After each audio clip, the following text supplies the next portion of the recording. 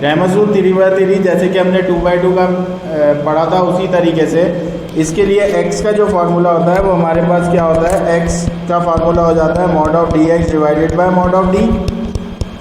y के लिए formula होता है mod of dy divided by mod of d, और z के लिए फार्मूला होता है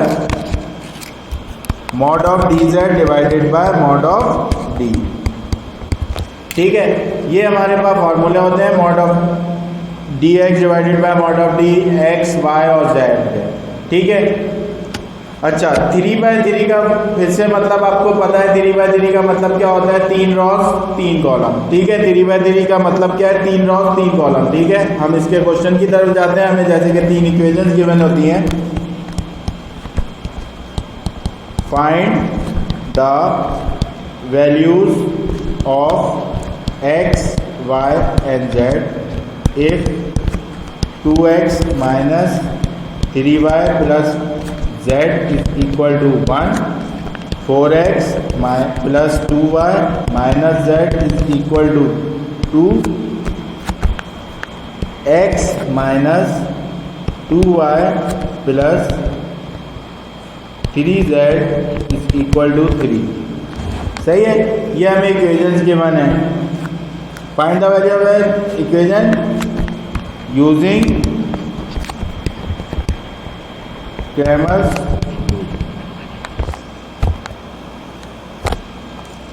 अच्छा नाउ यूजिंग क्रैमर्स रूल से मुराद क्या हो गया, क्रैमर्स रूल के तहत करना है। सब्जेक्टेड पेपर नहीं है भाइयों, ऑब्जेक्टेड पेपर है। ऑब्जेक्टेड पेपर होने से होता यह है कि आप इसको, ऑब्जेक्टेड पेपर है तो आप किसी भी मेथड को अप्लाई करके इसको कर सकते हो। पहले तो मैं बताता हूँ ये क्रैमर्स रूल से किस तरीके से होता है, इसका पैटर्न। आप सबसे पहले हमें जो इक्वेशंस दी हुई हैं वो इक्वेशंस ले लेते हैं। हमें इक्वेशंस जो दी हुई हैं वो क्या क्या है भाई, हमने सोल्यूशन के नीचे वो इक्वेशंस उतार ली। 2x minus 3y plus z is equal to 1, 4x plus 2z minus z is equal to 2, x minus 2y plus 3z is equal to 3। x के कॉलम की जगह x का कॉलम, y के कॉलम की जगह y, z के column की जगह z। सही है, change the equations, change the equations in matrix form. सबसे पहले तो हम इसको चेंज कर देंगे मैट्रिक्स फॉर्म के अंदर। जब मैंने मैट्रिक्स फॉर्म में इसको कन्वर्ट किया तो मेरे पास क्या आ गया भाई, 2 4 1 माइनस 3 2 माइनस 2 1 माइनस 1 3। क्लियर है। पहला कॉलम मैंने बताया था आपको x का, दूसरा कॉलम y का और तीसरा कॉलम z का। इसके बाद जो हमारा मैट्रिक्स बनता है वो वेरिएबल का बनता है, x y z is equal to 1 2 3, ये कांस्टेंट का है। सही है, तो मैं इसको नाम दे देता हूँ। ये हमारा जो पहला है जो बनता है, इसको मैंने डी का नाम दे दिया। जब 2/2 मैट्रिक्स पढ़ाया था क्रैमर्स रूल, उसके अंदर मैंने ये चीज़ आप लोगों को बताई थी कि भाई इसको कोई सा भी नाम दे सकते हैं, कोई सा भी अल्फाबेट ले सकते हैं। अगर मैंने x का फार्मूला dx/d लिखा है तो d ले लिया, ax/a लिखूंगा तो a मैंने मैट्रिक्स का नाम ले लिया, d लिया। सबसे पहले तो मैं mod of d find out करूँगा। mod ऑफ d से मुराद क्या हो गया, 2 4 1 माइनस 3 2 माइनस 2 1 माइनस 1 3। दो स्ट्रेट लाइनों में मैंने डी मैट्रिक्स को लिख लिया। दो स्ट्रेट लाइनों में डी मैट्रिक्स लिखने के बाद मैंने आपको कैलकुलेटर, लास्ट क्लास में आपको बताया था कैलकुलेटर्स के थ्रू डिटर्मिनेंट कैसे फाइंड आउट करते हैं। ठीक है, मैं डिटर्मिनेंट को कैलकुलेटर के थ्रू फाइंड आउट कर लूँगा क्योंकि फास्ट प्रोसेस हो मेरा। ठीक है, मैनुअली करने नहीं जाएंगे क्योंकि हमारे पेपर में अगर ये क्रैमर्स रूल का सवाल आता है तो 1 से 2 नंबर का आता है। मैं हार्डली 2 नंबर का सवाल आएगा ये पेपर के अंदर। तो आपने 2 नंबर का सवाल जो होता है, 1 नंबर जो होता है आपका 1.8 मिनट्स कैरी कर रहा होता है, तो 2 नंबर कितने, 3.6। अगर आप मैनुअली करने जाएंगे तो ये तो 10-15 मिनट खा जाएगा आपके। ठीक है, तो आप कैलकुलेटर का इस्तेमाल करना आपके लिए मस्ट है, ज़रूरी है अगर पेपर आपने मुकम्मल करना है। तो आपने mod ऑफ d कैलकुलेटर के थ्रू फाइंड आउट करेंगे। मैं mod ऑफ d के साथ mod ऑफ dx dy और dz भी बना देता हूँ। mod ऑफ d बनाने के बाद mod ऑफ dx बनाने के लिए मेरा x का कॉलम किससे इंटरचेंज हो जाएगा, x का कॉलम कांस्टेंट के कॉलम से इंटरचेंज हो जाएगा। कांस्टेंट का कॉलम क्या है 1 2 3, ये x के कॉलम की जगह आ गया, y का कॉलम और z का कॉलम सेम रहेगा। सही है। जब dy बनाऊंगा तो x का कॉलम तो सेम रहेगा d वाला 2 4 1, y के कॉलम की जगह 1 2 3 आ जाएगा और z का कॉलम -1 3। क्लियर है। और जब dz फॉर्म करेंगे ना हम, तो dz कैसे हो जाएगा, x के कॉलम की जगह x का कॉलम ही रहेगा 2 4 1, y के कॉलम की जगह y का कॉलम ही रहेगा -2 2 -3 2 -2 और z के कॉलम की जगह 1 2 3 आ जाएंगे। ठीक है। तो अब हम कैलकुलेटर के थ्रू, कैलकुलेटर का यूज़ करते हुए mod of dx, dy और dz फाइंड आउट करते हैं। अब मैंने अपना कैलकुलेटर उठा लिया है, आप लोग भी अपना कैलकुलेटर हाथ में ले लें। कैलकुलेटर का इस्तेमाल मैं एक में आपको बताता हूँ किस तरह से निकलता है, बाकी आप भी तीनों निकालिए। साथ शिफ्ट के बराबर में मोड का बटन होता है, मोड का बटन दबाया, आपके सामने फंक्शंस आ गए। फंक्शंस में 6 पे मैट्रिसेस लिखा हुआ है, 6 सेलेक्ट करा, 6 के अंदर फिर आपसे पूछा मैट्रिक्स A B C, आप मैट A सेलेक्ट कर लें 1, ऑर्डर आपने सेलेक्ट करना है 1 3 by 3। तो फिर पहला D मैट्रिक्स मैं सेव करा रहा हूँ, इसके अंदर 2 -3 1 4 2 -1 1 -2 3 मैट्रिक्स मैंने सेव। जब मैंने सारे एलिमेंट्स इसके अंदर पुट कर दिए, अब मैं शिफ्ट दबा के RCL वाला बटन दबाऊंगा तो ऊपर स्क्रीन पे लिखा हुआ है स्टोर STO। फिर ये करने के बाद मैंने AC दबा दिया। सही है। अब मैं क्या करूँगा, शिफ्ट दबा के मैंने 4 दबाया, 7 पे डिटर्मिनेंट था, D के साथ DET के साथ ब्रैकेट बना हुआ आया। फिर मैंने शिफ्ट दबा के 4 दबाया और 3 पे मैट A पे मैंने सेव कराया था इस मैट्रिक को, 3 दबाया और इजिकल टू दबाया तो मैट A मेरे पास डिटर्मिनेंट ऑफ D आ गया 37। ठीक है। नाउ इसी तरह dx, dy और dz मैं इसी के अंदर अब क्या करूँगा, मैंने AC दबा दिया, शिफ्ट दबा के 4 दबाया और 2 पे लिखा हुआ है डाटा। मैं 2 पे डाटा में जब गया तो मैट A में मैं चेंजिंग करूँगा। 1 मैंने सेलेक्ट करा मैट A, तो मैंने जो मैट A पहले सेव कराया हुआ था वो वाला मैट्रिक्स खुल गया। सही है। तो अब मैं क्या करूँगा, पहला कॉलम चेंज कर दूँगा। पहला कॉलम 1 इजिकल टू दबाया, फिर 2 इजिकल टू, फिर 3। तो जैसे ही मैंने ये चेंज करा तो मेरा बहुत फास्ट हो गया। सेकंड कॉलम और third column already save the, मैंने शिफ्ट दबा के इसको स्टोर करा लिया मैट A में। सही है। AC दबाया, शिफ्ट 4 7 पे डिटर्मिनेंट, शिफ्ट 4 3 पे मैट A। सही है। तो ये दूसरा मेरा फौरन से निकल के आ गया 21। सही है। सेकेंड मैट्रिक्स के लिए अब मैं क्या करूँगा, शिफ्ट AC दबाया, शिफ्ट 4 2 पे गया डाटा में, मैट्रिक्स A 1 वाला कॉलम मैंने वापस से चेंज कर दिया, पहले वाला ही 2 4 1 पहला कॉलम, और दूसरे कॉलम की जगह मैंने 1 2 3 पुट कर दिया। तो ये 2 1 1 4 2 -1 2 1 1 4 2 -1 1 3 3 ये मेरा सेव हो गया। शिफ्ट दबा के मैंने RCL दबाया, स्टोर हो गया। AC शिफ्ट 4 7 पे गया, मैंने इसका डिटर्मिनेंट मालूम करा, इसका डिटर्मिनेंट आ गया मेरे पास 15। सही है। DZ शिफ्ट दबा वापस से मैंने प्रोसेस चलाया और DZ सेव कराया।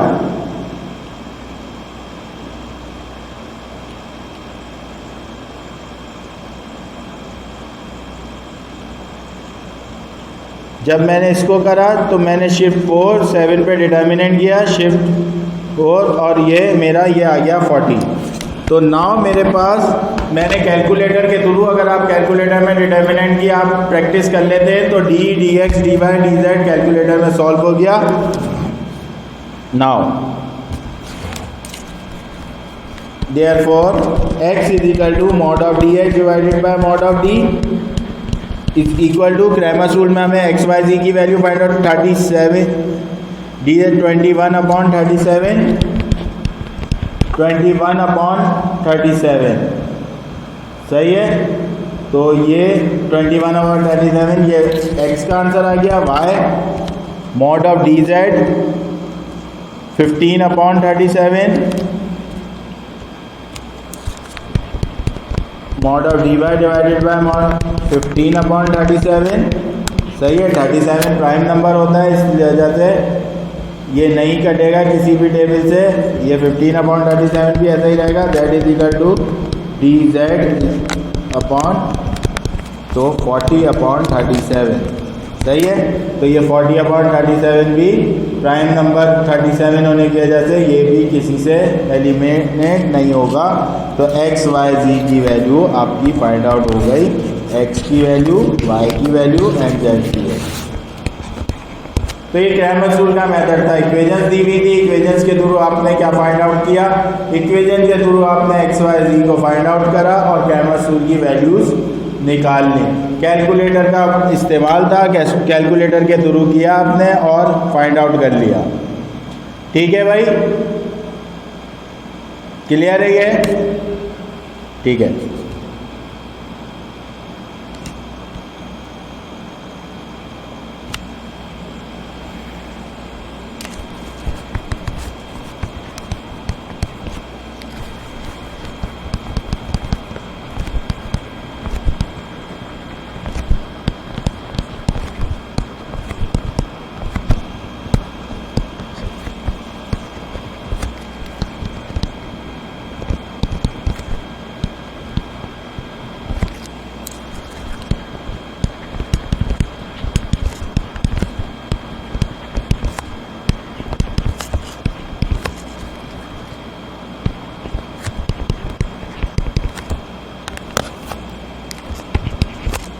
ठीक है, हमारे पास ये दी हुई हैं इक्वेशंस, ये दी हुई हैं और इसके थ्रू एक्स वाई जी फाइंड आउट करना है। सही है। तो एक्स वाई जी की वैल्यू फाइंड आउट करनी है for the following sets of equation using Cramer's rule. Now solution के अंदर अगर मैं जाता हूँ तो सॉल्यूशन के अंदर मैंने सबसे पहले क्या किया, इक्वेशंस को अरेंज करना है। इक्वेशंस को अरेंज जब करना है तो 3x फर्स्ट वाले में 3x प्लस y की वैल्यू नहीं है तो मैं लिख दूंगा 0y plus z is equal to 7, 4x minus y plus 0z is equal to 5। x की वैल्यू नहीं है, 0x plus y plus z is equal to 10। सबसे पहले तो मैंने एक्स वाई जी की अरेंजमेंट कर दी और जहां जो एलिमेंट मिसिंग था वहां 0 पुट कर दिया। Now change the equations in matrix form. Now change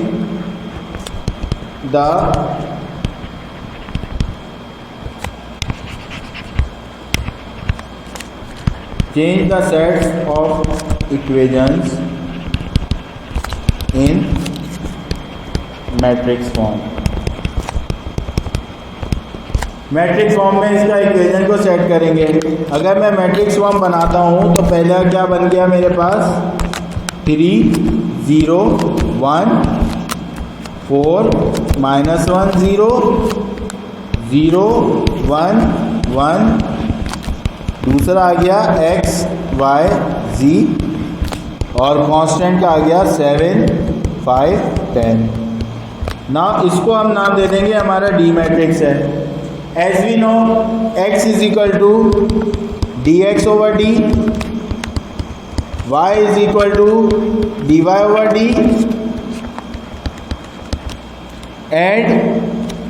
and z is equal to dz over d। Clear है? dz over d। तो अब हमें क्या करना है, इसमें mod of d find out करना है, mod of dx find out करना है। मॉड ऑफ d निकालने के लिए दो स्ट्रेट लाइनों में d 3 0 1 4 -1 0 0 1 1। ये मैंने डी मैट्रिक्स लिखा, इसकी वैल्यू मैं कैलकुलेटर से डायरेक्ट फाइंड आउट कर लूँगा। सही है। dx बनाया, dx क्या बनेगा भाई, x के कॉलम की जगह कांस्टेंट आ जाएगा 7 5 10। तो x के कॉलम की जगह मैंने क्या पुट कर दिया, 7 5 10 7 5 10 पुट किया। y का कॉलम वैसे ही रहा 0 -1 1 और z का कॉलम 1 0 1। जब मैंने डी वाई का कॉलम बनाया तो एक्स का कॉलम सेम रहा जो जैसे डी में था 3 4 0, वाई के कॉलम की जगह क्या आ गया 7 5 10 और जेड का कॉलम 1 0 1। और D Z, now D Z find out किया मैंने। डी जेड क्या आ गया, एक्स के कॉलम सेम रहा 3 4 0, वाई का कॉलम सेम रहा 0 -1 1 और 7 5 10 जेड के कॉलम की जगह आ गया।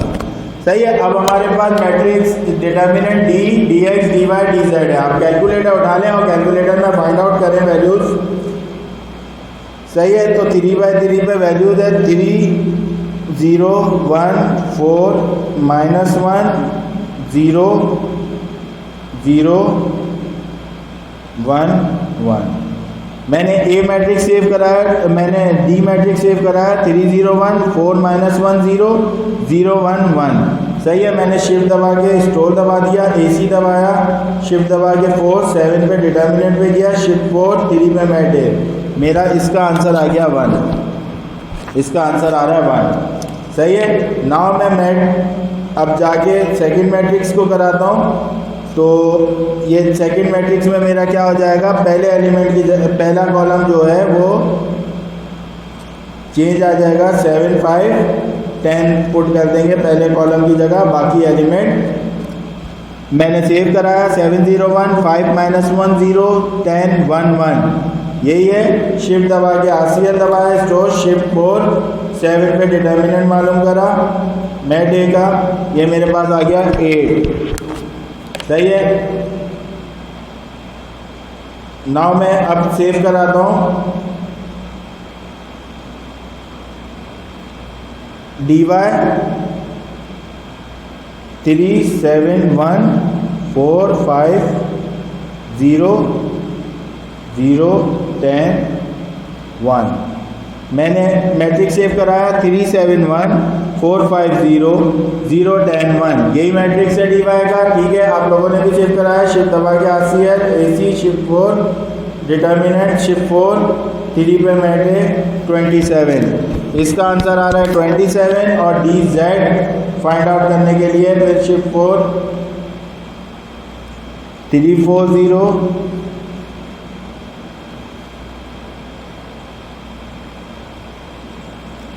4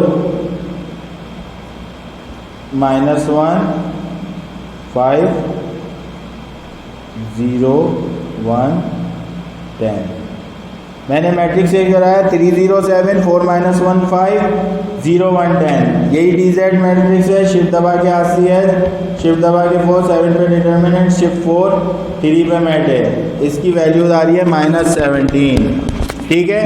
तो अब मैंने इन तीनों की वैल्यूज फाइंड आउट कर ली। देयरफॉर मेरा काम, देयरफॉर x की value mod of dx divided by mod of d।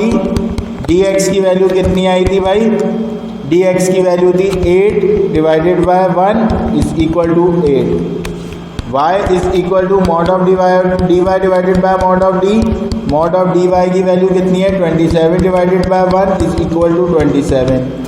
z is equal to mod of dz divided by mod of d is equal to -17 divided by 1 is equal to -17। ठीक है भाई। तो ये Cramer's rule के तहत मैंने x y z की values find out कर ली। ये x की, ये y की और ये z की। ये आंसर आ गया। क्लियर है ये क्वेश्चन। ठीक है भाई। क्रैमर्स रूल के तहत मैंने क्रैमर्स रूल का मेथड शो करा दिया। इक्वेशन जो आने की जगह होती है वो बेसिकली, अब ये क्या होता है, इसको आप डायरेक्ट कैलकुलेटर के थ्रू कैसे निकाल लेते हैं मैं ये भी बता देता हूँ आपको। सही है। नाउ जहाँ से मैंने ये स्टार्ट किया था, तो आपकी एक्स वाई जी की वैल्यू इन इक्वेशंस के थ्रू डायरेक्ट कैसे निकल जाती है। अब कैलकुलेटर उठाइए, ऑन का बटन 0 लिखा, मोड दबाएगा, मोड दबाइएगा, मोड दबाया तो 5 पे इक्वेशन लिखा हुआ है। 5 पे इक्वेशन पे गए तो कुछ डेमोस्ट्रेशन फॉर्म आ रही है। ए है ANX प्लस BNY। सेकेंड वाली इक्वेशन सेलेक्ट कर लें। ये बता रही है एक्स वाई जी जो है लेफ्ट साइड पे होंगे और कांस्टेंट राइट साइड पे होगा। सेकंड 2 सेलेक्ट करा मैंने तो ए बी 1 2 3 इक्वेशन खुल के आ गई। आप देखें एक्स के साथ जो कोफिशिएंट लिखा हुआ है वो 2, ए की वैल्यू पहली इक्वेशन की, फिर -3, फिर 1, और फिर 1। पहली इक्वेशन की वैल्यू पुट कर दी मैंने, दूसरी पे 4 2 -1 2 और तीसरी पे 1 -2 3 3। जब मैंने सब पुट कर दिया, आपने एक और बार इजिकल टू दबाया तो उसने x की वैल्यू शो की 21/37। x की वैल्यू डायरेक्ट शो कर दी उसने, x की वैल्यू शो कर दी 21/37। y की वैल्यू शो कर दी 15। आपने फिर इजिकल टू दबाया तो 15/37